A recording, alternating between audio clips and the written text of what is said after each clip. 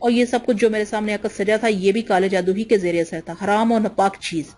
میں اسے اپنے شکم میں نہیں اتار سکتا۔ جو غلازت میرے وجود میں داخل ہو گئی وہی کون سی کم ہے کہ میں اپنی بھوک کا شکار ہو کر مزید غلازت اپنے پیٹ میں اتار لوں۔ میں نے دانت پیستے ہوئے کہا، اٹھا لو ان سب کو، اٹھا لو، مجھے نہیں چاہیے یہ سب کچھ، سمجھے؟ اٹھا لو ورنہ میں اسے اٹھا کر پھینک دوں گا۔ میں نے جھک کر قالین کے دونوں سرے پکڑے، اسے الٹ دیا۔ ساری چیزیں اوندھی ہو گئی تھی اور سیما و عبیر پیچھے ہٹ گیا تھا۔ اس نے مایوس نگاہوں سے ادھر ادھر دیکھا۔ دوسرا کوئی میرے سامنے نہیں تھا، لیکن ان سب کی موجودگی کا احساس مسلسل ہو رہا تھا۔ میں جانتا تھا وہ سب موجود ہیں۔ بہرحال یہ کھانا پھینک دیا اور میری نگاہیں سامنے کھیتوں میں ان پھوٹوں پر پڑیں جو میں اگائی تھی۔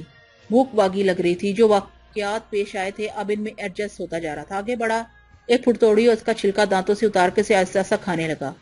پھوٹ نے شکم سیر کر دیا تھا، لیکن جس مصیبت میں گرفتار ہو گیا تھا اسے چھٹکارے کا کوئی ذریعہ نہیں تھا۔ دل میں سوچا یہاں سے آگے بڑھوں اور چند قدم آگے بڑھائے، لیکن اچانک ہی یوں محسوس ہوا جیسے زمین سے اوپر اڑتا چلا جا رہا ہوں اور میں زمین سے خاصا اونچا اٹھ گیا۔ میرے منہ سے بکھلاہٹ بڑی آوازیں نکل رہی تھی۔ ارے کون ہے؟ کیا ہے؟ کیا ہے؟ جواب مجھے آواز سنائی دی، ہم اپنے کندھوں پر آپ کو لے کر چل رہے ہیں مہاراج، اب تھک گئے ہیں، دھرتی پر سفر نہیں کر سکیں گے، بیٹھے رہیں، ہم آپ کو گرنے نہیں دیں گے۔ نیچے اتار دو مجھے، میں کہتا ہوں مجھے نیچے اتار دو، میں نے کہا اور وہ مجھے نیچے اتار کر کھڑا ہو گیا تھا۔ وہ میری وجہ سے پریشان تھے اور میں ان کی وجہ سے پریشان تھا۔ ان بیروں کے بارے میں کچھ بھی تو نہیں جانتا تھا۔ دل کی حالت بڑی عجیب ہو رہی تھی، سخت پریشان ہو رہا تھا۔ نیچے اترا اور ایک لمحے کھڑا رہا، پھر چند قدم آگے بڑھا، لیکن جیسے ہی پیر آگے بڑھایا پاؤں کے نیچے لجی سی شے محسوس ہوئی۔ دوسرا پاؤں آگے بڑھایا تو اس کے نیچے بھی بالکل ایسا ہی لگا۔ پھر یہ ہوا کہ میں قدم نہیں بڑھا رہا تھا لیکن آگے بڑھتا چلا جا رہا تھا۔ پھٹی پھٹی آنکھوں سے اپنے پیروں کے نیچے اس ذریعے کو دیکھا جو مجھے آگے بڑھا رہا تھا تو ایک بار پھر میرے حلق سے دہشت بھری چیخ نکل گئی۔ دو بڑی بڑی مکڑیاں تھی، اتنی بڑی کہ میرے پاؤں بآسانی ان کی جسموں پر ٹکے ہوئے تھے۔ پھٹی پھٹی آنکھوں سے اپنے پیروں کے نیچے اس ذریعے کو دیکھا جو مجھے آگے بڑھا رہا تھا تو ایک بار پھر میرے حلق سے دہشت بھری چیخ نکل گئی۔ دو بڑی بڑی مکڑیاں تھی، اتنی بڑی کہ میرے پاؤں بآسانی ان کی جسموں پر ٹکے ہوئے تھے اور وہ اپنے بے شمار قدموں سے مجھے آگے بڑھا رہی تھی۔ میں نے خوفناک چیخ کے ساتھ چھلانگ لگائی، لیکن جہاں گرا تھا وہاں بھی ایک مکڑی کی پشت پر ہی گرا تھا۔ اس کے پاؤں میرے وزن سے پھیل گئے، لیکن رفتہ رفتہ وہ پھر پاؤں جما کر کھڑی ہو گئی اور دوسرا پاؤں آگے بڑھایا تو پھر وہی مکڑی آ گئی۔ میں نے تھکے تھکے لہجے میں کہا، مجھے آزاد کر دو، مجھے آزاد کرو، میں تھک گیا ہوں، میں تنگ آ گیا ہوں۔ میرے سامنے ہی ایک درخت نظر آ رہا تھا، اس کی شاخیں پھیلی ہوئی تھی۔ میں مکڑیوں سے پاؤں اتار کر جہاں بھی قدم رکھتا ایک نئی مکڑی نمودار ہو جاتی اور میرا پاؤں اس کی پشت پر ہی پڑتا۔ میں بری طرح بدحواس ہو گیا تھا، بھلا اس لجلجی اور منحوس شے پر کیسے سفر کرتا، کس عذاب میں گرفتار ہو گیا اور کس عذاب میں گرفتار ہو گیا ہوں۔ میں نے بے بسی سے درخت کی جانب نظر اٹھائی تو ایک بار پھر ایک دہشت بھری کیفیت کا سامنا کرنا پڑا۔ ہاں وہ تھا تو درخت ہی، لیکن اس کی دو شاخیں جو سامنے کی سمت پھیلی ہوئی تھی تو انسانی بازو کی شکل رکھتی تھی۔ اس کا تنا انسانی جسم کی کیفیت اختیار کرتا جا رہا تھا۔ تنے کے اس حصے پر جہاں سے بقیہ شاخیں مختلف سمتوں کو تقسیم ہو جاتی تھی بھوریا چرن کا چہرہ نظر آ رہا تھا۔ بھوریا چرن جو مسکرا رہا تھا، ایک طنز بری شیطانی مسکراہٹ اس کے ہونٹوں پر کھیل رہی تھی۔ یہ بھی نظر کا وہمہ نہیں تھا بلکہ ایک حقیقت تھی جو روشن دوپہر میں چلچلاتی دھوپ میں میرے سامنے اُیاں ہو گئی تھی۔ پھر مجھے بھوریا چرن کی وہی مکروہ آواز سنائی دی، کیسے ہو میاں جی، کیا حال چال ہے تمہارے؟ میں نے نفرت بھری نگاہوں سے بھوریا چرن کو دیکھا اور کوئی جواب نہیں دیا بلکہ شدید غصے کے عالم میں اس پر تھوک دیا۔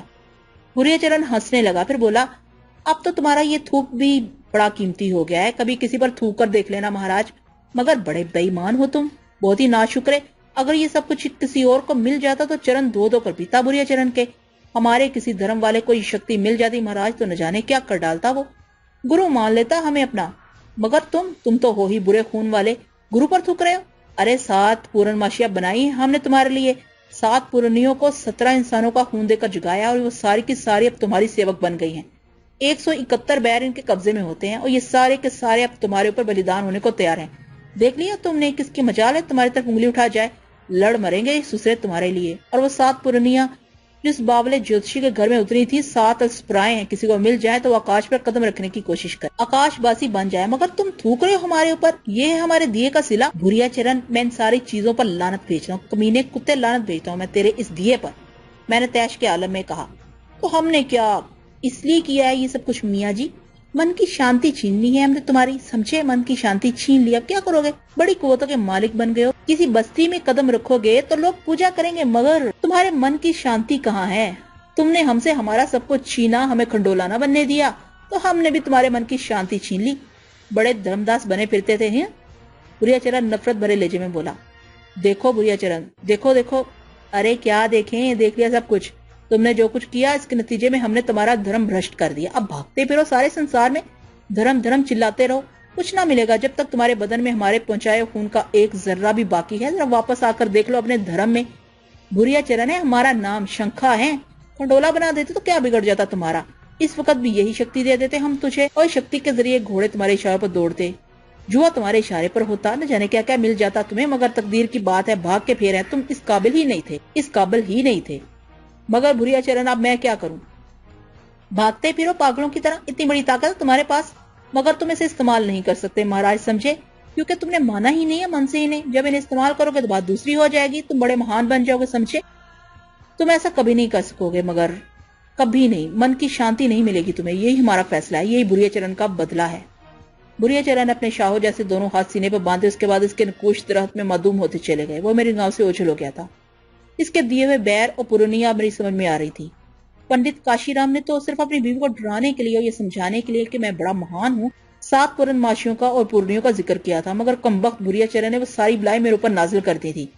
وہیں بیٹھ گیا اور گھٹنوں میں سر دے کر سوچنے میں مصروف ہو گیا۔ اب تو آنکھیں بھی خشک ہو گئی تھیں۔ اگر میرے دل کا طبی تجزیہ کیا جاتا تو شاید وہ دنیا کا طاقتور ترین دل نکلتا، کیونکہ اتنا کچھ برداشت کر لینے کی اہلیت تھی اس میں۔ ان تمام مصیبتوں کے باوجود اس کی دھڑکنیں قائم، مگر کوئی سکون بھی دیا ہوا تھا۔ پتہ چل گیا تھا کہ یہ سب کیا ہے۔ بھوریا چرن انتقام کی آگ میں جل رہا تھا۔ اس نے مجھ پر سخت محنت کی تھی، اپنے کالے جادو کی ساری قوتیں صرف کر دی تھی۔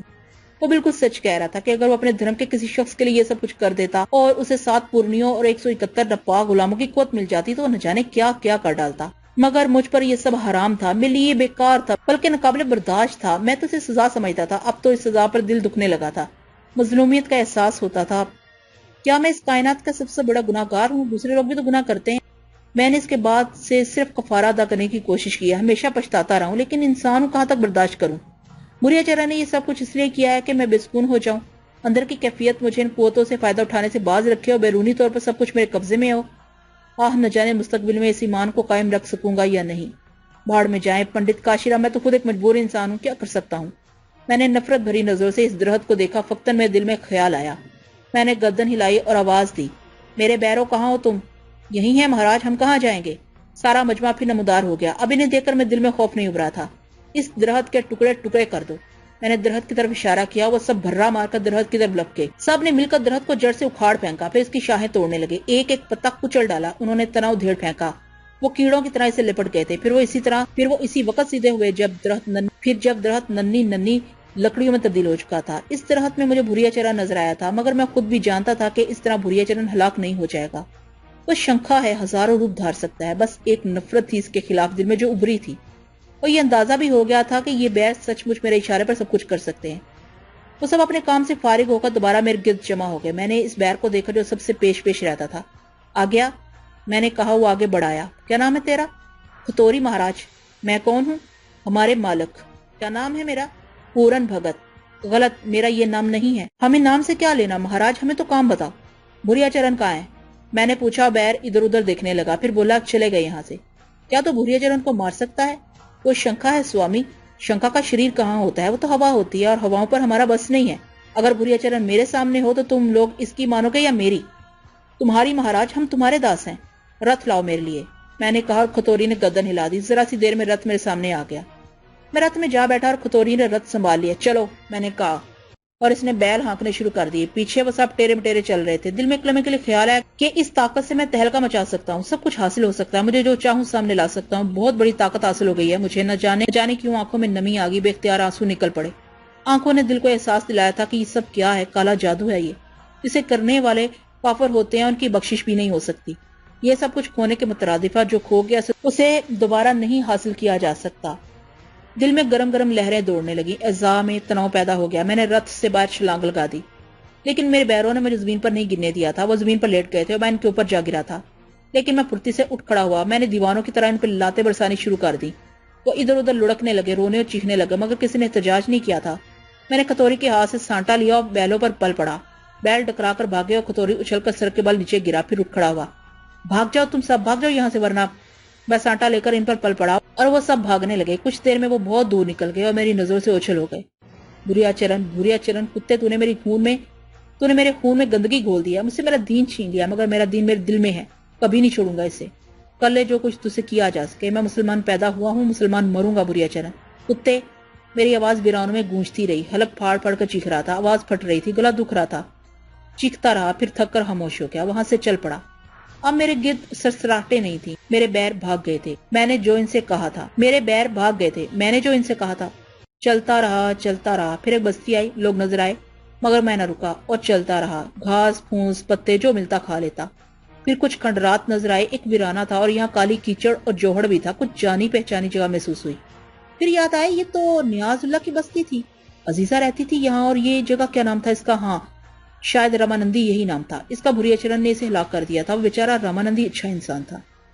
چاروں طرف بھیانک سناٹا چھایا ہوا تھا، کھنڈرات پر خوفناک خاموشی طاری تھی، سناٹا چیختا محسوس ہو رہا تھا۔ اچانک میرے ذہن میں خیال آیا، میری نظریں جوہر کی طرف اٹھ گئیں، کیچڑ جگہ جگہ سوکھ گئی تھی اور اس پر حشرات الارض رینگ رہے تھے۔ میرے منہ سے آواز نکلی، کتوری؟ بھگت پورن۔ کتوری میرے نزدیک ظاہر ہوا۔ دوسرے کہاں؟ تم سے دور نہیں مہاراج، بلاؤ سب کو۔ ہم تو یہی ہیں بھگت۔ ان کا پورا ریوڑ نمودار ہو گیا۔ اس جوہڑ میں ایک شیشے کی بوتل ہے جس میں رامانندی کی لاش ایسے تلاش کر کے لاؤ۔ میں نے کہا، وہ سب جوہڑ کی طرف دوڑ پڑے۔ پورے جوہڑ میں بھونچال آ گیا، مکھیوں اور مچھروں کے غول کالے بادلوں کی طرح اٹھے اور چاروں طرف پھیل گئے، سخت تغین پیدا ہو گیا تھا۔ کچھ دیر جوہڑ میں ہلچل رہی، پھر ایک بیر وہ بوتل نکال لایا۔ یہ رہی بھگت، کھول اسے۔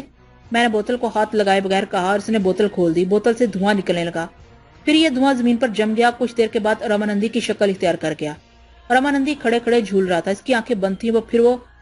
پھر وہ گرتے گرتے سنبھلا، آنکھیں کھول کر چاروں طرف دیکھنے لگا۔ چلا گیا؟ اس نے سرگوشی کے عالم میں پوچھا۔ کون؟ نظر نہیں آ رہا۔ کسے کہہ رہے ہو؟ شنکھا، وہی بھوریا چرن۔ تم ٹھیک ہو رامانندی؟ میں نے پوچھا، مگر رامانندی نے اب ان بیروں کو دیکھا جو آہستہ آہستہ جوہر سے نکل کر جمع ہو رہے تھے۔ یہ کون ہے؟ تم کون ہو؟ پہلے اس نے مجھ سے پھر ان سے پوچھا۔ سیوک ہیں پورن بھگت کے، کھتوری بولا۔ پورن بھگت؟ ارے جے بھگوتی، جے پورن مہاراج۔ رامانندی نے میرے سامنے ہاتھ جوڑ دیے، مگر اس کی آنکھیں حیرت سے پھیل گئی تھیں۔ اس نے آنکھیں مسل کر کئی بار مجھے دیکھا، پھر حیران لہجے میں بولا، تم مہا بھگت، تم وہی ہو نا؟ مسعود احمد بنیاز اللہ۔ معاف کرنا، مجھے نہ جانے کیوں میری بات کا برا مت ماننا، وہ دراصل تمہاری صورت کا۔ وہ بار بار ہاتھ جوڑ کر مجھ سے معافی مانگنے لگا۔ رامانندی، میں مسعود ہی ہوں، آؤ اندر چلو، پریشان نہ ہو۔ میں نے اس کا بازو پکڑ کر کھنڈرات کی طرف بڑھتے ہوئے کہا، مگر تم پورن بھگت، یہ؟ اس نے بیروں کی طرف اشارہ کر کے کہا۔ وہ سارے کے سارے پھر میرے پیچھے لگ گئے تھے۔ تم کہاں آ رہے ہو؟ چلو بھاگ جاؤ، اور جب تک میں نہ بلاؤں میرے قریب مت آنا۔ میں گرجا اور وہ خوفزدہ ہو کر ایک دوسرے کو دھکیلتے ہوئے بھاگنے لگے۔ رامانندی سخت پریشان تھا۔ میں اسے لیے ہوئے کھنڈرات میں آ گیا اور رامانندی سخت الجھا ہوا نظر آ رہا تھا۔ کھنڈرات میں جہاں وہ رہتا تھا وہاں کی حالت دیکھ کر وہ ششدر رہ گیا۔ اس نے پھٹی پھٹی آنکھوں سے مجھے دیکھا۔ یہ سب تمہارا کالا جادو ہے رامانندی، تم شاید صورتحال کو سمجھ نہیں پائے۔ تمہیں اندازہ نہیں ہے کہ تم کئی ماہ سے اس شیشے میں بند جوہڑ میں پڑے ہوئے تھے، طویل عرصے کے بعد تم اسے نکلے ہو۔ کئی ماہ سے؟ رامانندی گھٹے گھٹے لہجے میں بولا، ہاں کئی ماہ سے۔ بیٹھ جاؤ، میں تمہیں پوری تفصیل بتاتا ہوں۔ بیٹھ جاؤ، پریشان مت ہو۔ وہ بیٹھ گیا تھا، میں نے اسے شروع سے لے کر اب تک کی ساری کہانی سنائی اور وہ میرا منہ دیکھتا رہ گیا۔ آخر تک کہانی سننے کے بعد وہ دیر تک کچھ نہیں بولا تھا۔ اس کے بعد، رامانندی تم مجھے بتاؤ گے کہ اب میں کیا کروں؟ لیکن وہ اس کے بعد بھی دیر تک کچھ نہ بولا اور سوچتا رہا۔ پھر کئی گہری گہری سانسیں لے کر اس نے خود کو سنبھالا اور بولا، کالے جادو کے 16 درجے ہیں۔ ابتدا نرٹ سے ہوتی ہے۔ نرٹ پہلا جاپ ہے، اس میں گندی اور غلیظ چیزوں سے شریر کو بھنگ کیا جاتا ہے۔ اس طرح کالا علم سیکھنے والا خود کو کالی قوتوں کے حوالے کر دیتا ہے۔ دوسرا جاپ درجہ سنگت کہلاتا ہے، اس میں کمال حاصل کر لینے کے بعد کیڑے مکوڑوں کا کاٹا اتارا جاتا ہے۔ اس طرح جاپ ہوتے رہتے ہیں۔ 8ویں کنٹھا میں لونا چماری، 9ویں میں کالی دیوی سے واسطہ پڑتا ہے۔ پورنیاں 11ویں درجے میں آتی ہیں، اور جسے پورنیوں کا اختیار حاصل ہو جائے وہ کالے جادو کا 11واں ماہر ہوتا ہے۔ 7 پورنیوں کے 171 بیر ہوتے ہیں جو پورن بھگت کے غلام ہوتے ہیں۔ 12واں درجہ بھیرو سترن ہوتا ہے، وہاں سے شنکا کا سفر شروع ہوتا ہے۔ ایک شنکا ہی پورن جاپ کر کے اپنا جاپ کسی اور کو دے سکتا ہے، کوئی دوسرا ایسا نہیں کر سکتا۔ مگر تمہیں جو قوت حاصل ہو گئی ہے وہ بہت بڑی ہے، تم اسے نچلے درجے کے سارے ویر داسیوں کو نیچا دکھا سکتے ہو، مگر تمہارا معاملہ دوسرا ہے۔ اس نے دھوکے سے میرے ساتھ یہ کیا۔ ہاں، مگر بہت بڑا کام ہے، اسے 17 انسانوں کی بلی دینا پڑی ہوگی۔ تم اب ٹھیک کہہ رہے ہو رامانندی۔ ہاں میں ٹھیک ہوں، مگر اب یہاں نہیں رہوں گا۔ کیوں؟ وہ مجھے زندہ نہیں چھوڑے گا، رامانندی نے کہا۔ میں سوچ میں ڈوب گیا۔ پھر میں نے کہا، ایک بات بتاؤ رامانندی، کیا ان بیروں سے میں اپنے ماں باپ اور بہن کا سراغ لگا سکتا ہوں؟ کیا وہ مجھے بتا سکتے ہیں وہ کہاں اور کس حال میں ہیں؟ کیوں؟ ان سے تم کالے کام لے سکتے ہو، صرف کالے کام۔ اگر کوئی ایسا کام لیا ان سے جو کسی طور کالے علم سے تعلق نہ رکھتا ہو تو یوں سمجھ لو وہ شے باقی نہیں رہے گی۔ تمہارے ماتا پتا کا پتہ لگا کر یہ تمہیں خبر دیں گے، مگر بعد میں انہیں مار دیں گے۔ ریت ہے کالے جادو کی، یہ برائی کے لیے استعمال کیا جاتا ہے، کسی نیک اور ضرورت کے کام کے لیے نہیں۔ مثال کے طور پر ان سے اپنے کسی دشمن کو مروا تو سکتے ہو، کسی بیمار دوست کے لیے دعا نہیں منگوا سکتے۔ لعنت ہے اس علم پر، اپنے لیے میں کیا کر سکتا ہوں؟ راجا بن جاؤ، محل بنوا لو، دولت کے ڈھیر لگا لو، سندر ناریاں اٹھوا لو، یہ سب خوشی سے کام کریں گے۔ ایک بار پھر لعنت ہے، اب بتاؤ میں اس مصیبت سے چھٹکارا کیسے حاصل کروں؟ میں نے کہا، اور رامانندی سوچ میں ڈوب گیا، پھر بولا بہت مشکل ہے، ایک طرح ناممکن ہے۔ رامانندی دل چاہتا ہے سب قبول کر لوں، دل چاہتا ہے وہی بن جاؤ جو بنا دیا گیا ہوں۔ میں نے دانت پیستے ہوئے کہا، اور رامانندی چونک کر مجھے دیکھنے لگا، پھر وہ آہستہ سے بولا، مسعود جی من کیا چاہتا ہے؟ کیا بتاؤں میں ایک مشورہ دوں؟ بولو۔ بڑے کشٹ اٹھائے ہیں تم نے اپنا دھرم بنائے رکھنے کے لیے، اب اسے کھونا اچھا نہیں ہوگا، مگر تمہاری بات کو میں مانتا ہوں، وہی بن جاؤ جو بنا دیے گئے ہو۔ میں الجھی ہوئی نظروں سے رامانندی کو دیکھنے لگا، نہ جانے کیا کہہ رہا ہے، نہ جانے کیا کہہ رہے ہو۔ بڑے کانٹے کی بات کہہ رہا ہوں، بھوریا چرن نے تمہیں اتنا بڑا جواب دے کر تم سے من کی شانتی چھیننی چاہیے نا؟ ہاں یہی اس کتے کا مقصد ہے، میں نے نفرت سے کہا۔ اور تمہارے من کی شانتی چھین گئی ہے، اگر تم اپنا من شانت کر لو تو پھر اس کے من کی شانتی چھین جائے گی، وہ سوچے گا یہ تو بات الٹی ہو گئی، پھر وہی کچھ اپائے کرے گا۔ تمہارا مطلب ہے کہ سنسار چلو میں جھکاؤ، ہنسو، بولو، خوش رہو، تمہاری خوشی اسے پسند کر دے گی، وہ تمہیں خوشی تو نہیں دیکھنا چاہتا۔ اور کالے جادو سے کام لے کر میں اپنے لیے جو کچھ کروں گا رامانندی، وہ مجھے میرے دین سے دور تر کر دے گا۔ اپنے لیے کچھ نہ کرنا، یہ تو اپنے جلانے کے لیے ہوگا، کسی کواری کو پریشان نہ کرنا، کسی کو نقصان نہ پہنچانا، بس ایسے کام کر لینا جس سے یہ پتا چلے کہ تم خوش ہو۔ من کے بھید تو کوئی اور ہی جانتا ہے، باقی سب عمل کے بھید ہوتے ہیں، اور تمہارے عمل کے بھید ہی سامنے آئیں گے۔ میں رامانندی کی اس بات پر غور کرنے لگا، کچھ سمجھ میں آ رہی تھی، کچھ نہیں آ رہی تھی۔ وہ بیچارہ میرے دین کی نزاکتوں کو کیا جانے، بس ایک معمولی سی لرزش، اور کوئی راستہ بھی تو نہیں ہے میرے پاس، آخر کروں بھی تو کس سے رہنمائی حاصل کروں؟ اور بھوریا چرن تو میرے سلسلے میں ہمیشہ ہی کامیاب رہا تھا، بڑا عجیب سا دل ہو رہا تھا۔ میں نے رامانندی سے کہا، تمہارا کیا ارادہ ہے رامانندی؟ مجھے کہیں منہ چھپانا ہے مسعود؟ ہاں اگر تم اپنے ساتھ رکھنا چاہو تو میں مجبور نہیں کروں گا میرے ساتھ، مگر بھوریا چرن تمہیں دیکھ لے گا، کچھ بگاڑ نہ پائے گا، تمہارے ساتھ میرا جیون محفوظ رہے گا، ورنہ مجھے خطرہ ہے۔ ٹھیک ہے رامانندی، مگر تمہیں میرے ساتھ تکلیفیں رہیں گی، اٹھا لوں گا، جیون تو بچا رہے گا۔ میں نے گہری سانس لے کر گردن ہلا دی تھی۔ رامانندی نے کہا، اب یہاں سے نکل چلو، مہاراج مجھے اندیشہ ہے وہ یہاں نہ آ جائے۔ چلو، میں نے ٹھنڈی سانس لی، ہم دونوں کھنڈرات سے باہر نکل آئے، جوہڑ کے پاس سے گزر کر ہم دور نکل آئے۔ میں نے رامانندی سے نیاز اللہ صاحب کے بارے میں کہا، چلو کہ ان کے پاس؟ دل تو چاہتا ہے، مگر میرا بھی یہی خیال ہے کہ بھوریا چرن کو ان کی طرف متوجہ مت کرو، کہیں نقصان نہ اٹھا جائے۔ ویسے اگر تم چاہو تو خاموشی سے انہیں کچھ بتائے بغیر، ان سے ملے بغیر ان کی کچھ مدد کر دو۔ اوہ نہیں رامانندی، نیاز اللہ صاحب ایسے لوگوں میں سے ہیں جنہوں نے فقر و فاقے کی زندگی گزار کر اپنا ایمان قائم رکھا ہے، یہ غلیظ دولت ان پر مسلط کر کے میں ان کی ایماندارانہ زندگی کو داغدار نہیں کروں گا۔ ٹھیک کہتے ہو، یہ بات مجھ سے بہتر کون جانتا ہے۔ پھر یوں کرتے ہیں کہ بستی کا رخ ہی نہیں کرتے، کوئی دوسری سمت اختیار کرتے ہیں، آؤ اس طرف چلیں۔ راستے میں نے رامانندی سے کہا، اب ہمیں کیا کرنا چاہیے رامانندی؟ وقت اور حالات کے ساتھ دیکھنا ہوگا، شنکھا تمہیں افسردہ، ملول اور پریشان دیکھنا چاہتا ہوگا، تمہیں اس کے برعکس کرنا ہے، تاکہ اسے احساس ہو کہ اس نے جو محنت کی وہ بیکار گئی، کیا سمجھے؟ ہاں میں سمجھ رہا ہوں۔ پیروں کو بلاؤ، سواری کے لیے کچھ منگوا لو، دور جانا ہوگا ہمیں۔ رامانندی نے کہا، اور مجھے ہنسی آ گئی۔ واہ رامانندی، 2 قدم چل کر ہی بھول گئے میرے ساتھ رہ کر تمہیں کافی پریشانی اٹھانی پڑے گی۔ میں اس عمل کی قوت سے اپنے لیے کوئی آسائش کبھی حاصل نہیں کروں گا، سوچ لو۔ او ہاں سچ مجھ بھول گیا تھا، کوئی بات نہیں، چلو۔ رامانندی تم سے پیچھے نہیں ہے؟ رامانندی نے کہا، ہم چل پڑے، کوئی منزل ذہن میں نہیں تھی، بس قدم اٹھ رہے تھے نہ جانے کس طرف۔ رامانندی کا ساتھ بڑا سکون بخش تھا، تنہائی سے نجات مل گئی تھی، اس سے باتیں کر کے دل کی بھڑاس نکال سکتا تھا، کسی بھی قدم کے بارے میں کوئی فیصلہ کر سکتا تھا۔ ہم نے آبادی کا رخ نہیں کیا تھا، جان بوجھ کے ویرانوں کی سمجھ چل پڑے تھے۔ رامانندی نے کہا، بھوریا چرن سے کہیں بھی ملاقات ہو سکتی ہے، اس کے بیروں نے اسے میرے بارے میں تو بتا دیا ہوگا، کیا یہ ممکن ہے؟ ہاں بالکل، بیر اسے سب کچھ بتاتے رہتے ہیں، ان کی حیثیت رپورٹروں جیسی ہوتی ہے، پھر وہ تو شنکھا ہے، تمہارے خیال میں وہ زیادہ سے زیادہ کیا کر سکتا ہے؟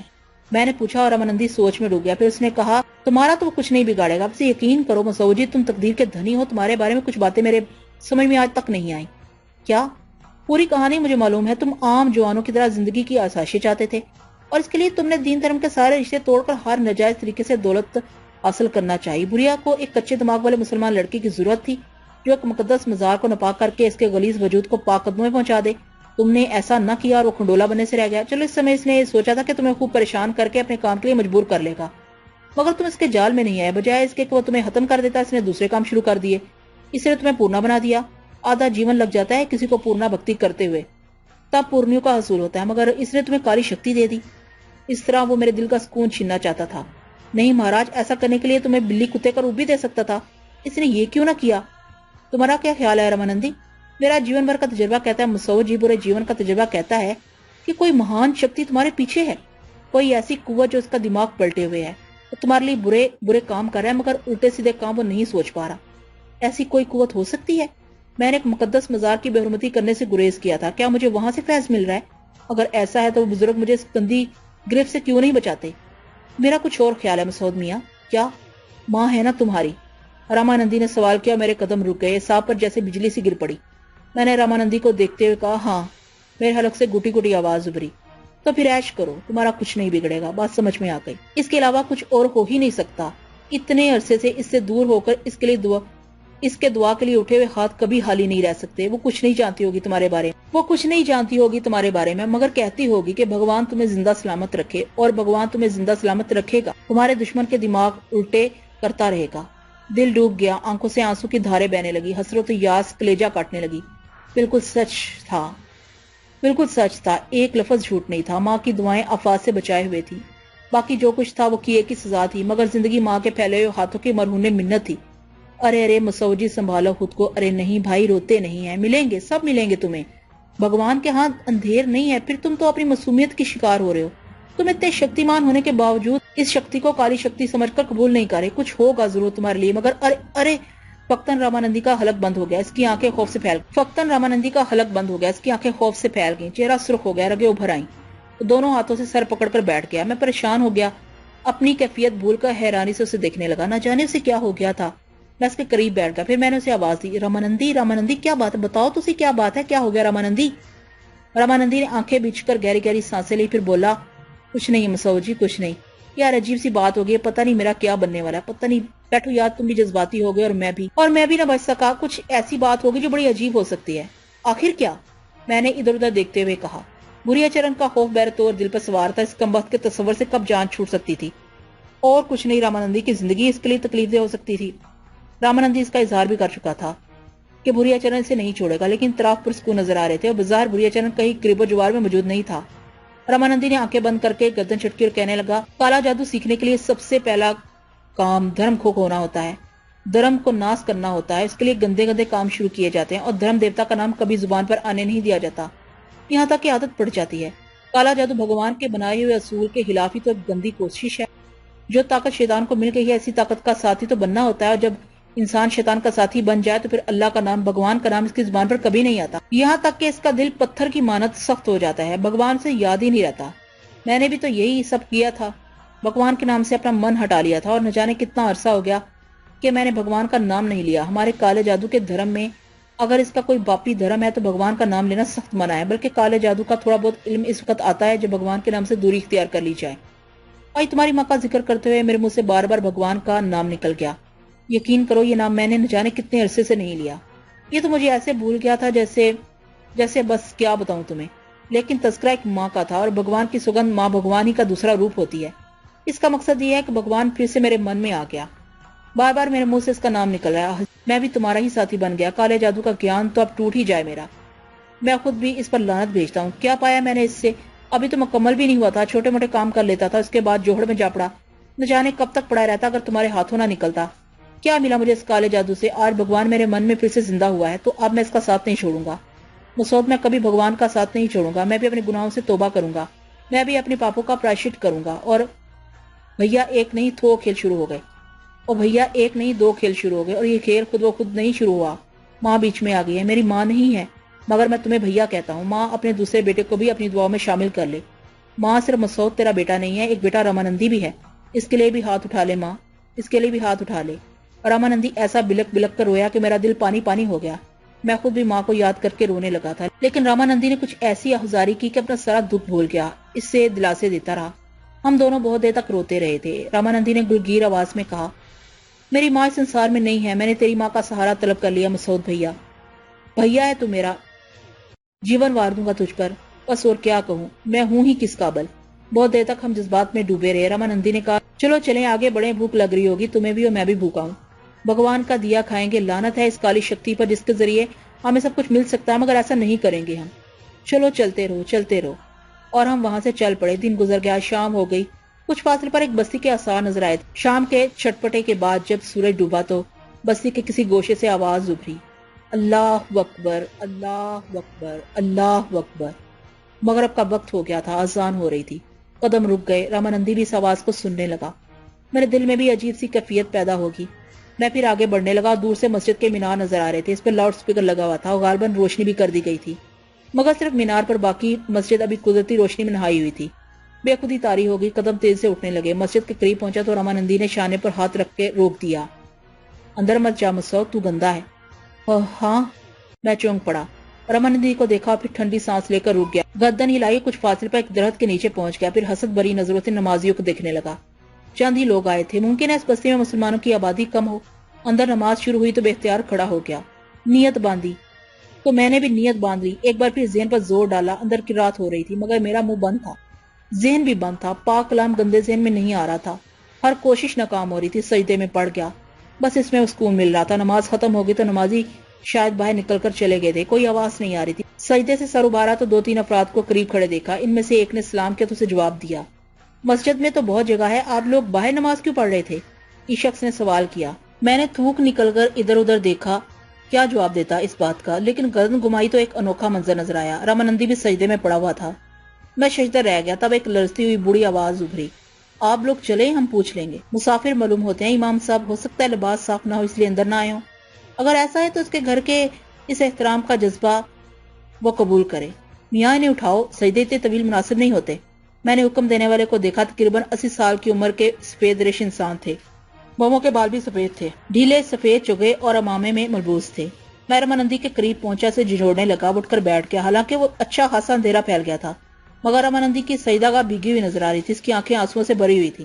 میری عقل چکرا گئی. رامانندی کو کیا ہو گیا؟ اس کا نمازیوں میں سے کسی کی آواز سنائی دی. مسافروں کے لیے کھانا لے آؤں امام صاحب؟ نہیں میاں، کھانا خدا کے مہمان ہے، اس کے ہاں کیا کمی ہے؟ آپ کا بے شکریہ، گھر میں جو پکا ہے ان کے سامنے رکھ دوں گا. لوگ معلوم کر کے چلے گئے. امام صاحب ہمارے قریب ہی زمین پر بیٹھ کے وہ بغور ہمارا اجازہ لے رہے تھے. پھر انہوں نے کہا جو کچھ پوچھوں گا تفسیر احوال کے لیے پوچھوں گا. جس بات کا جواب دینا ناپسند ہو نہ دینا، برا نہیں مانوں گا، مگر جھوٹ نہ بولنا، خانہ خدا کے سامنے ہو. نہیں امام صاحب، آپ کچھ نہ پوچھیں، جواب نہ دے سکیں گے. خدائے قدوس کی قسم، بغرض تجسس نہیں، انسان سے محبت مجبور کرے کہ تم سے تمہارے احوال دریافت کروں. عمر میں تم سے کہیں بڑا ہوں. بزرگوں کا کہنا ہے کہ کسی مشکل میں مشورہ کر لینا ضروری ہے، حل نکل آتا ہے. مجھے بتاؤ بچوں، کلیے سے مشکل کا شکار معلوم ہوتے ہو، کیا بات ہے؟